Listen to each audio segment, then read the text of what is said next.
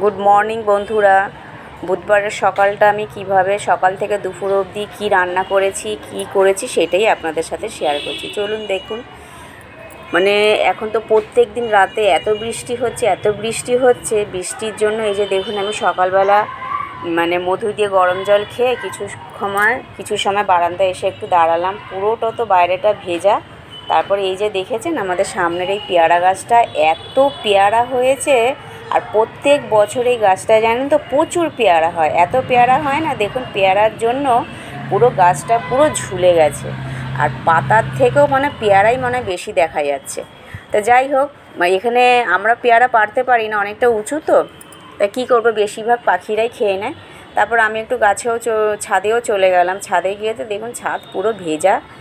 মানে আমি একটু সকালে একটু ছাদে যাই, মানে আগেই আমার ভালো লাগে গাছেদের সাথে একটু দেখা করে আসি, আমারও মনটাও বেশ ভালো লাগে। যে দেখুন কত গাছগুলো সারা রাত বৃষ্টির জন্য মানে ভালো, ওদের তো বেশ ভালোই লাগে বৃষ্টির জন্য। এই যে ফুল ফুটেছে, তখনও মেয়ে আর কি মানে স্নানে যায়নি, ও মানে উঠেছে সবে। তা আমি বললাম আমি একটু ছাদ থেকে ঘুরে আসি। এই যে দেখুন কত ফুল ফুটেছে। তারপর ওই ফুলগুলো তুলে নিয়ে ও গাছে ঠাকুরকে দেবে। আর এই গাছটা মা কিছুদিন আগে রঙ্গন ফুলের এই গাছটা নিয়ে এসে নিজেই আবার মা পুঁতে দিয়েছে। তা ভালোও লাগে সত্যি কথা। দেখবেন বাড়িতে গাছ থাকলে, গাছে ফুল ফুটলে আরও খুবই সুন্দর লাগে। তারপরে নিচে এসে আমি ভাত করার জন্য চালটা ভালো করে ধুয়ে নেব। ধুয়ে নিয়ে আমি বেশ চালটাকে একটুখানি ভালো করে কষলে ধুতে হয়, নাহলে জানেন তো চালের মধ্যে প্রচুর সাদা পাউডারের মতো থাকে। দিয়ে আমি ভাতটা বসিয়েও দিয়েছি। দেখুন আমি মানে ওদিকে আমি আবার রুটি করব বলে রুটিটাও আমার করা হয়ে গেছে। আর রুটি করতে আমার ভাতটা প্রায় হয়ে গেছে।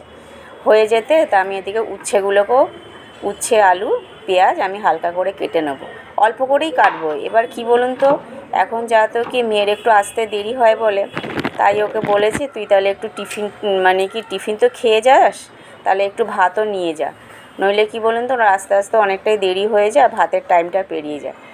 আর তখন বেশি দেরি করে আসলে কি তখন আর খেতে চায় না। ওই জন্য আমার একটু সুবিধা হয়েছে এখন কি, যে সকালটা একবারে উঠে মানে ব্রেকফাস্টটাও করে নিই। ব্রেকফাস্টের সাথে সাথে কি ওই ধরুন দুপুরের খাবারটাও অনেকটা আমার এগিয়ে যায়। এবার তারপরে পরে যদি কিছু করা হয় করব।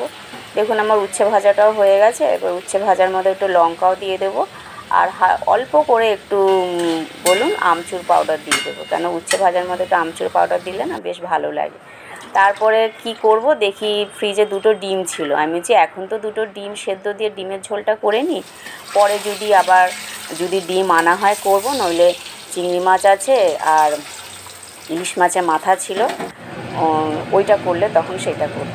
তারপরে আমি এদিকে ডিমের ঝোলের জন্য আলুও কেটে নিয়ে ওদিকে ডিমগুলো ভেজে নিয়েছি। আর এদিকে পেঁয়াজ আদা রসুন সব মশলা দিয়ে পেঁয়াজগুলো হালকা করে ভেজে নিয়ে তারপরে আমি এদিকে আলুগুলো দিয়ে দেবো। আলুগুলো ভালো করে কষিয়ে নিতে অল্প জল দিয়ে দেবো।